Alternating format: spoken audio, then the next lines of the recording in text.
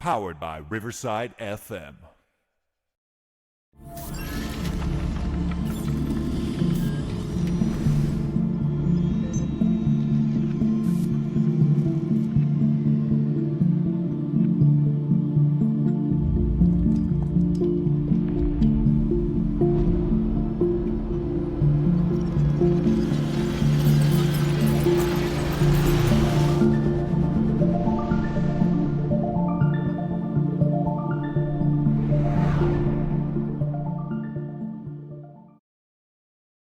All right. Well, welcome back to another episode of the Pursuit of Progress podcast. I am once again here with my partner in crime, Ben Adams, and myself here, Adam Lang. Really excited to have another episode premiering today where we're going to talk about some very relevant topics that are appropriate for the end of the year. We'll go into that here in a second. But before we do that, just wanted to give our listeners a chance to just get to know each of us just real briefly. We haven't had a chance to say anything yet personally about who we are and just why we're on a podcast together. So Ben, why don't you go ahead and introduce yourself? Thanks again for being with me today. Absolutely. And thank you for having me on as a co-host, and really excited to get this launched and get it started. My name is Benjamin Adams. I'm a loan officer with North Point Bank. I've been in the mortgage industry for over 20 years, done various roles in everything from processing to closing, worked in the lock department, spent about 7 years underwriting conventional FHA jumbo mortgages. And then I have been most recently originating mortgages for the past 8 years. Looking forward to what we're doing right now and what we're building. And then also have a YouTube channel that I'm really, really excited about called American Money 101.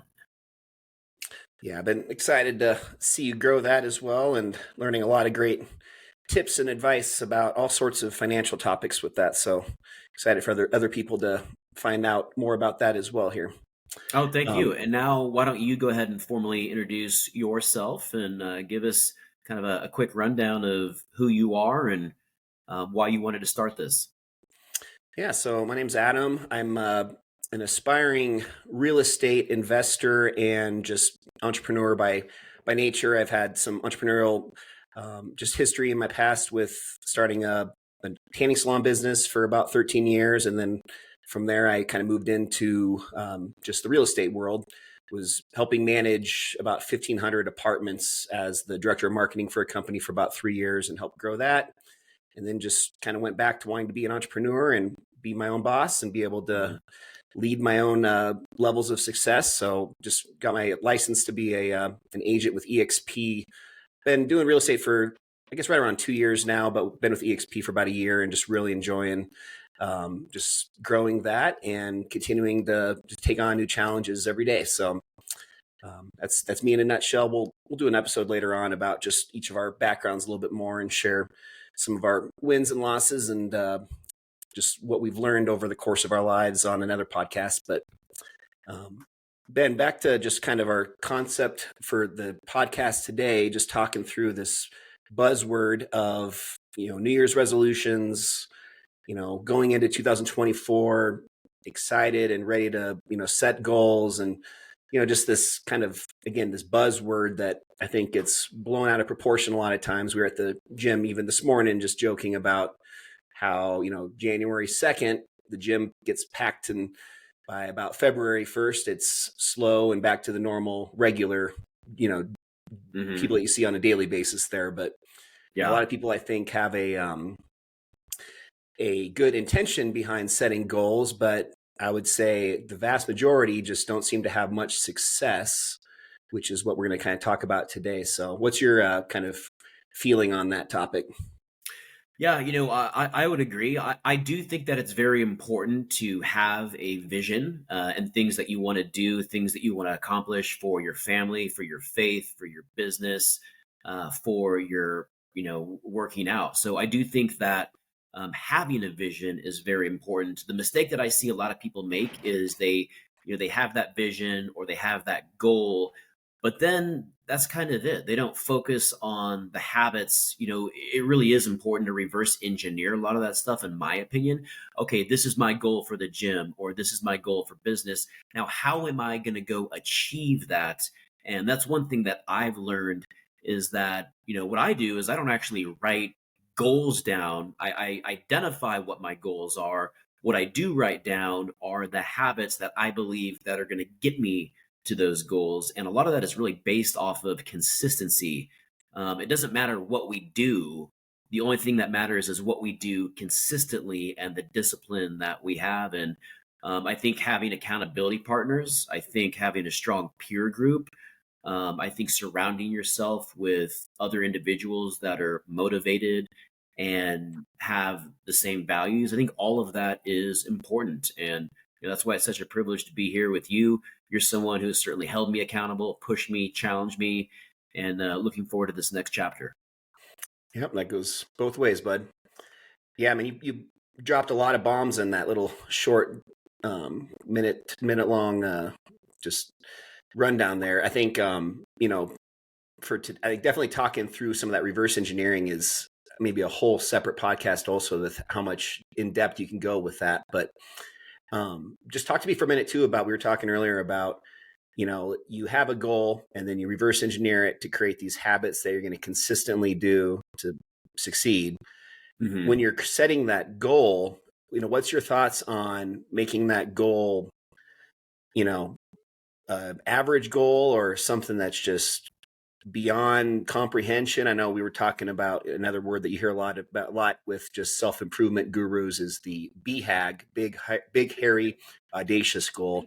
Mm-hmm. Tell me a little bit about that.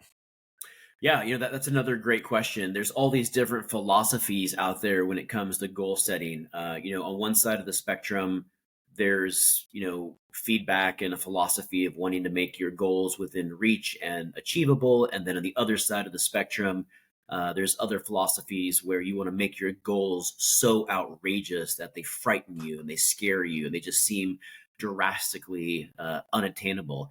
And I've done both in my life. Where I'm at right now is I'm reading this book, 10x is easier than 2x. And it's just been so powerful. It's been so exciting to read this.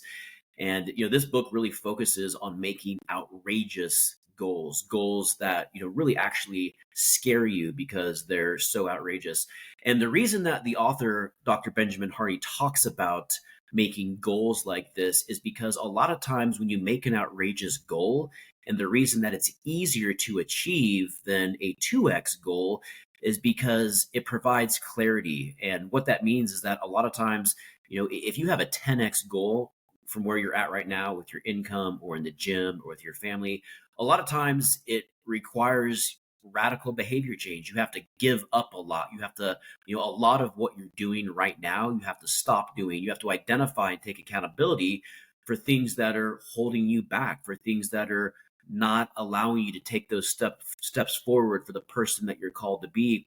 So number one, it's identifying and eliminating those things that are holding you back in your life, and then really focusing on the things and getting great at the things that are going to allow you to move forward. And a lot of times with the 10x goal, there's really only one or two ways to get there.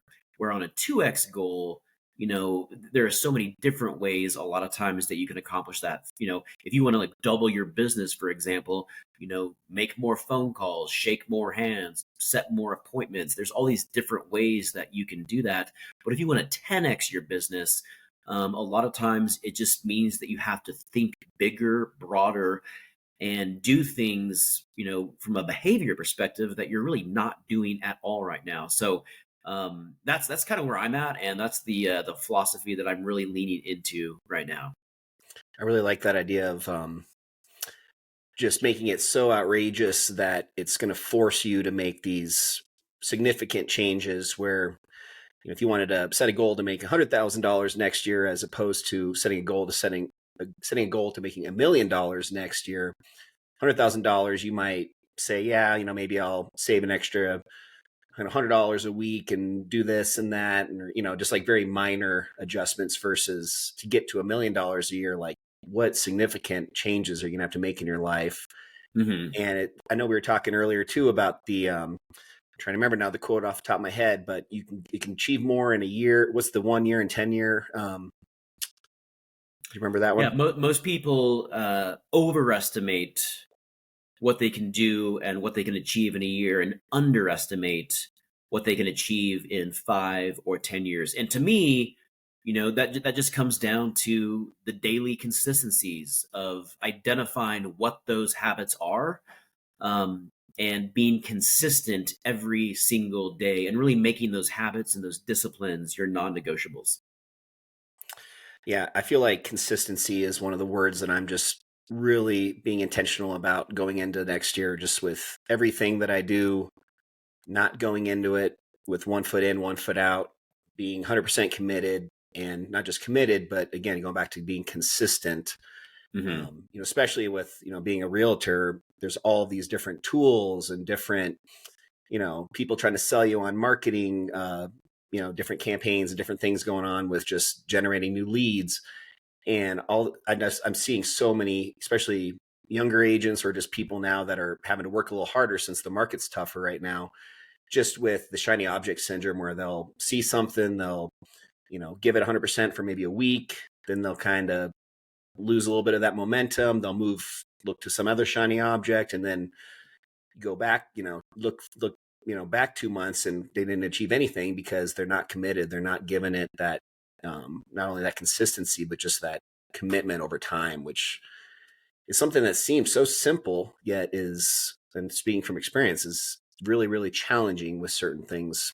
It's just tough. Yeah, and that's exactly right. And that's for example, growing a YouTube channel. I know that you're doing this right now as well. But when you think about YouTube as an example, there are so many different components that go into that. There's the content piece, the production, the lighting, the audio, thumbnails, the editing, and all of that together. It can be very, very overwhelming.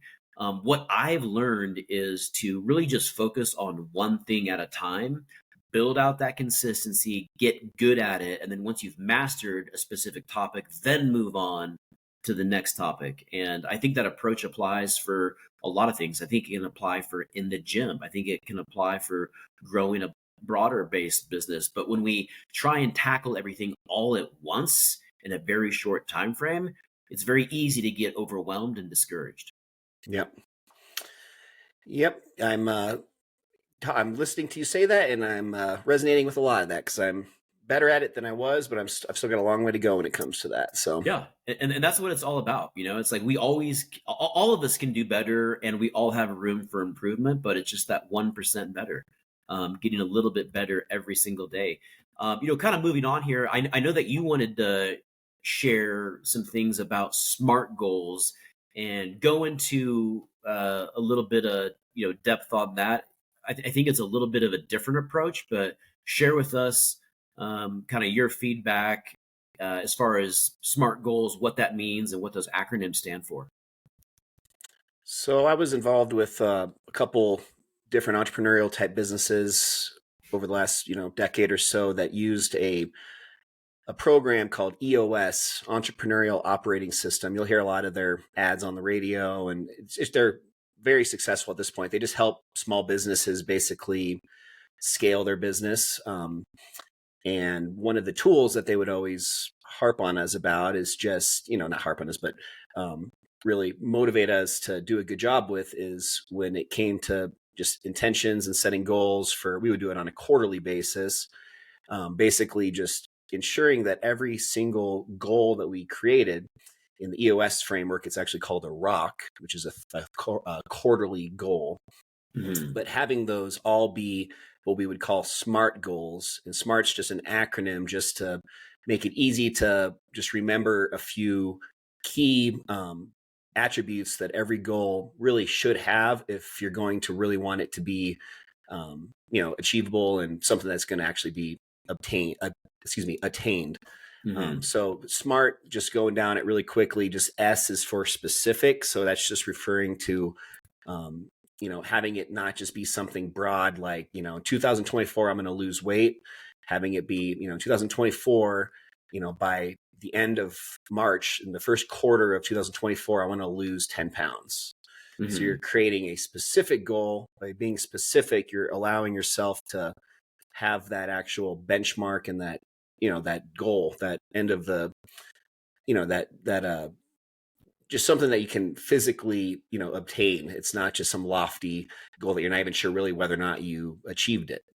So that'd be S again for specific. Okay.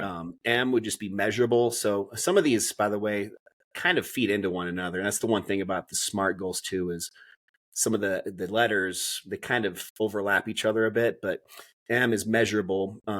Only thing I would say about measurable is it's really good to have goals that have some form of data or some form of measurement, so you can actually, again, track your progress towards achieving that goal. So there's one term that you guys may or may not know called a KPI. It's key performance indicator. That would be one example of this. So, again, if you're going back to the weight loss, it could be something, like, again, the pounds per week, kind of doing that reverse engineering idea too. If you're going to lose 10 pounds in the first quarter of next year, then that's basically, 3 pounds, a little over 3 pounds a month, which would then be, basically a little less than a pound a week. So then you're to the point where you're able to have these KPIs to track you through that quarter to know that you're on track or you're behind or you're just to know what your pace is towards achieving that goal. So that'd be M. And then A is either achievable. Some people use the word attainable. But just making it where it's not too over the top. And that's kind of one example where it contradicts a little bit the big, hairy, audacious goal. However, in my opinion, the big, hairy, audacious goal is what you have as your kind of your North Star. But then you have these goals that you create that are all with the intention of achieving this big, hairy, audacious goal. So for these smaller, like a quarterly rock type goal, a 3-month type goal, having it be achievable, attainable, that would just be something that's realistic. So instead of me saying I want to lose 50 pounds in quarter 1 of next year, just, doing a goal that is realistic and you're going to actually, hopefully be able to achieve it or attain it. And then going into R and A are kind of, so SMART, A and R are very similar in my opinion. That's one of those examples where R is either relevant or realistic. So kind of going along those same lines, but the only other thing I would say with that one is just when it comes to being relevant, having these goals be something that actually is going to be moving the needle. So, if weight loss is such an easy one to use as an example, but again, if in quarter 1 I want to lose 10 pounds, having it be relevant would be that would be relevant, as opposed to me saying a goal of I just want to be healthier next year and I'm going to run every day. It just needs to be specific or relevant to whatever you're trying to achieve. That one's, out of all of these, the one that I kind of am not as passionate about. And then T, though, I feel is very important. The last letter in SMART, T is just time, whether it be time bound or time sensitive. And that's just setting yourself a definitive time when that goal is going to be achieved. And you're basically putting yourself in a position where you're on that day, it's either a yes or a no. There's no gray. There's no, it's black and white. Did you achieve it? Yes or no?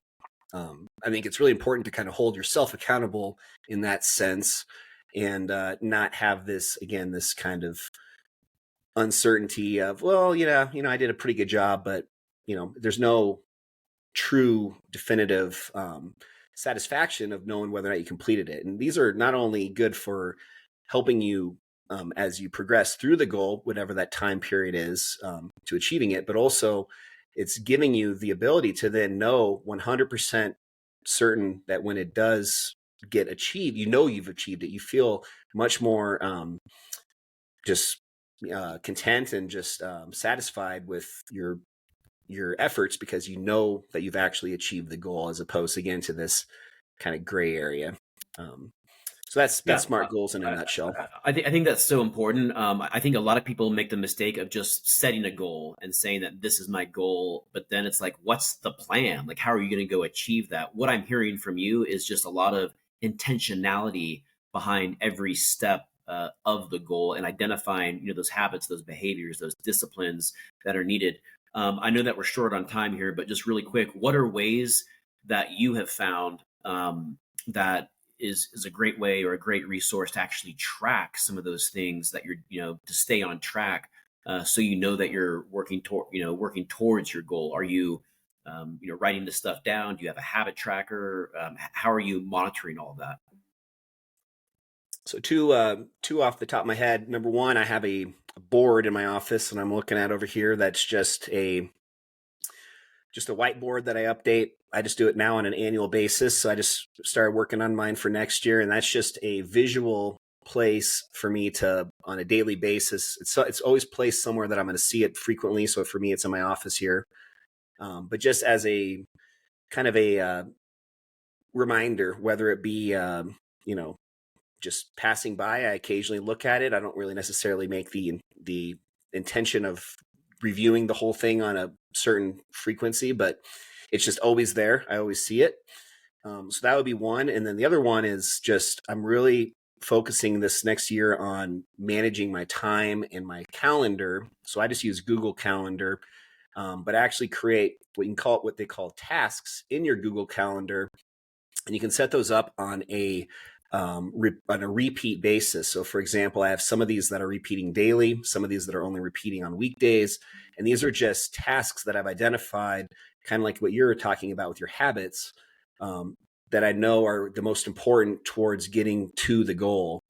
And by having them in the Google Calendar, I've got them also set up on a alert reminder. So every day at a certain time, I get these different alerts that are just an easy way to have these touch points throughout the day, just to keep these little smaller, steps towards achieving the goal just in my head, and just always top of mind. And I think just having it, again, just somewhere, however you want to do it, but just having it where it's not just you think about it on December 25th, and by February 1st, somebody asks you what your goals are and you can't even necessarily remember what they are. You want to have it somewhere where it's in your brain so often that you can just immediately tell people what you're working on.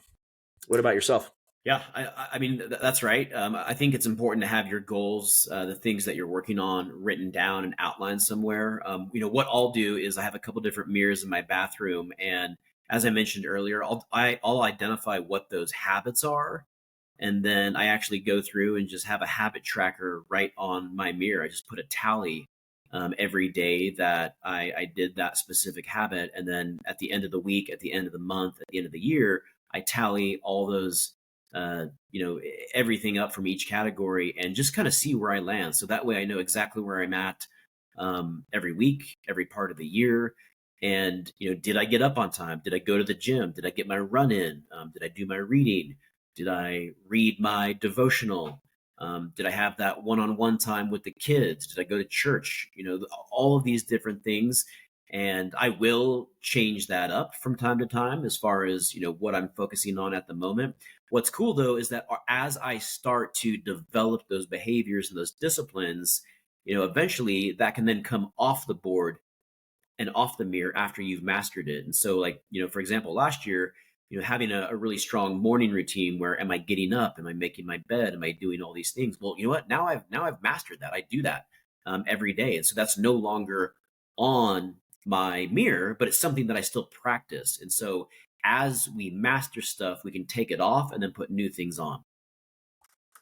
And going back to the KPIs, just the ways different people can measure their goals. I mean, you're just giving an example that's about as simple as can be, just literally tallying up, whether or not you did something just on a mirror, on a whiteboard, wherever it may be. And that's kind of going off of even like that 75 hard challenge that we both have done, and I'm sure a lot of other people that are watching or listening probably are aware of, which is just a very popular form of this. But when you break it down, it's just the same exact thing. It's just at the end of the day, did you do these 5 things? Yes or no? Go to the next day, and then at the end of the week, you can go back and you can see, well, I did okay, but there's still some red in there. There's still some blank spaces in there, and gives you some, ability to look at yourself in a different perspective. And that's why I love our podcast name. It's not the pursuit of perfection, It's the pursuit of progress. And Yep. every day is not going to be perfect. That's not the point. That's not the goal. The goal isn't to be perfect. The goal is to be making progress. Absolutely. And that's, in my opinion, what I think our intentionality should be with this podcast moving into the next year as we continue progressing in pursuit of, progressing our podcast. Is just at the end of every podcast, I just hope that our audience just has at least one or two takeaways. And with those takeaways, I just really urge you guys to take action on those and to just kind of use this as a sounding board, just to think through different ideas. And if any of them resonate with you, again, not just have it be something that you think about another couple weeks from now. It's something that you are intentional about, today, tomorrow, but sometime in the very, very near future, taking action and actually taking a step forward, because it's just never going to be perfect. The time is never going to be ideal and perfect in any sense. It's just, you got to just get that first step, start that progress. That's right. That's exactly right. It's the pursuit of progress. Cool, man. Well, hopefully that was at least informative and helpful for people. You guys, if you have any questions about SMART goals, BHAGs, big, hairy, audacious goals, or just want to chat with either of us about routines and setting goals and all this kind of stuff, I know we're both pretty passionate about this stuff and would love just the opportunity to just connect and talk through it with you. So we're always here just to provide value and help in any way we can. Okay. And Ben, I'll let you close us out this week, bud. Well, I appreciate that. Hope everyone has a great week, and start thinking about some of those things. Start thinking about your vision. Start thinking, meditating on that vision for your family, for your life, for your future, for your career. I really believe that we are all called to do not just good things, not just great things, but miraculous things. And now it's up to us to identify that calling and walk down that path. And that's why we're here, and that's what we're looking to do. Hope everyone has a great Christmas, and until next week. I love that. Yep. We'll see you guys next week.